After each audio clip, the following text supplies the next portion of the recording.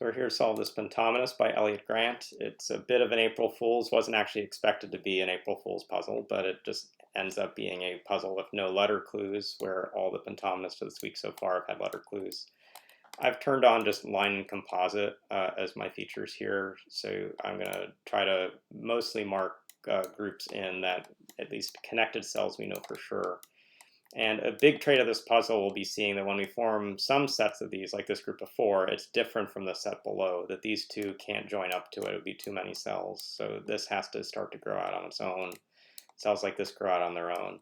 Even a cell like this one here, which is 2 away from this group of 4, has to extend to the right. You can't join to the big group, so you join to the smaller group. And you can get a case where around this corner you've got 4, but you have cells like this that have to extend out. Cells like this that have to extend out of those corners, and even here like 4, 1 away, sort of coming through. When we mark those in, the first real place of progress is on this left edge. We have these 2 that can't come down all the way to form enough of a shape, so they must come up, and having marked all the things I'd marked in before, we actually join 2 groups together which form a U shape for sure, which puts in these edges, puts in this form of the shape. We now have more cells that are just 2 away from a 4 that must be part of a new group. Looks like this cell has to come further to the right. Now even a cell like this has to come down at least 2. It can't come all the way over to this group. So we're putting in some of these partial groups, and hopefully that will give us some headway for where we go next. Looking at this space up here, these 4 actually means this cell comes down, and that's starting to form an interesting pattern here. We actually have the same partial shape, and we should now recognize there's one cell under a lot of tension, and that cell is what I'll call a push-pull cell. But in some ways, the way to think about it is that if this pentomino in red takes any of the remaining cells, which is not the cell that's shared between this group, it will always be pulling down the remaining cell to be part of the other shape. And I've just drawn the deadly pattern here. If you looked at other patterns, like this cell doesn't look like it's an issue, but you're gonna have a case where you get like a domino effect. I could make a Y which forces a T, and that's okay. But you can also make a T that forces a T. And this is a cell that I think stares you in the face, is that taking this here, putting the exact same T shape up above would have 2 T's touching. And so at this stage of the puzzle, I couldn't mark a sure line around any of these things that right now are in color. I'll actually turn off the color because I don't think it's as key right now. Marking this edge is a for sure thing, because if this came down to be a T, you form another T. And that now actually sets up an interesting constraint on the whole top of the grid, which is in the first 5 rows, and I'm just coloring all the cells in green. Right now we actually have a total of 2, 11, 14, 17, 26 cells are currently in green. And I want to be breaking this green into a set of 25, or it would be okay if they became a side of 30, but there's certainly at least one cell that's got to go away if it's coming up through this channel, or there could be a set of cells coming through the channel in both directions. But let's draw in a few more edges, and let's draw in, after drawing those edges, what may be the particular problematic space. So here, these cells have to connect. What do we have here? Those come across, these are here, those are forced. So these come to the right, this comes here, this has to be here. I think nothing else at this stage is actually absolutely forced.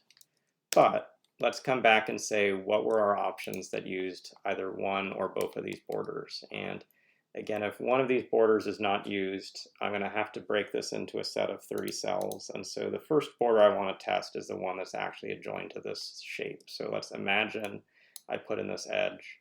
Now I absolutely have to be able to divide the grid into counts of 25, and the only way I see to do that, counts of 5. The only way to see that is make this to 25, or sort of grow out to make something to 30. And the thing to note is that that means you're going to have exactly one cell that's coming up through this 6th row into the 5th row, and in doing that you can make a tetromino or a hexamino, but no pentomino. And so what you cannot do is mark that edge as unusable. And now you actually have more than one cell crossing this boundary, and so the next thing you can say is that this edge also can't be unusable. If this edge weren't usable, Then now we have a total of 26 cells still in green, so I'm going to try to uncolor these. Now I'm at 24, and I have to keep uncoloring to get to a count of five, and so I can't do that. I can't take out 4 more cells and still be part of a valid pentomino. We have 1, 2, 3, 4 shapes here, and you can remove some more, but you're never going to get a valid count. And so the takeaways that you get from thinking through the counts are that both of these edges must be crossed because of the limitations on this right side and because other aspects of the puzzle. And so that's going to give us right now a count of 28. And we've got to figure out how to get 2 more cells now in green. If we took these, we'd have to take a third. So it's not both of those cells. If it was just this cell, we actually have an issue. So we have +1 or +3 coming down this channel. Here's +1, here's +2. I now have 30 in green. That's a perfect count, and that is going to be the only way the top of the grid splits into pentominoes. I'm going to mark off those edges that we now know for sure. Mark in some of these lines. I get this force Z, I get this V, I get the shape here, I get that I must take at least this cell. There's not much more I can do yet up above, but down below I have these 2 lines that have to form a V. They can't join any other group.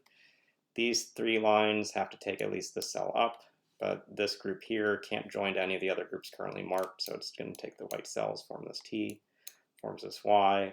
This group here, that's a T tetromino. If it took this cell, it would form a Y next to another Y, so it comes to left instead. It's a T, forms a P, forms an F, forms a Y. This shape here now can't be a Y, it's touching a Y, so it's a V, we get a Y, we get an N, we get a Y. And I've got to draw on these edges to get the finished puzzle, but hopefully you got a sense of how geometry can really, just as much as letter clues, influence the pentominoous puzzle. And this really constrained grid, particularly these 2x2 blocks in the center with these channels, force some give and take spots, what I was describing at the start as a particular limitation on the cells in this sort of space where you would, if you took along this edge, you'd form an issue, but in marking that edge, we then made a magic group, what's colored in green here, that has to be 25 or 30 large, and having 2 cells come across and 1 cell come out on the other border was the only way to make that math work out. If you had 1 come in, you wouldn't be able to form a valid pentomino shape. And so different ways, give and take or push and pull, however you want to refer to it, were key in this puzzle. Hopefully you got something from watching my solve and learned a little bit about pentominoes at the same time, and we'll see you again soon.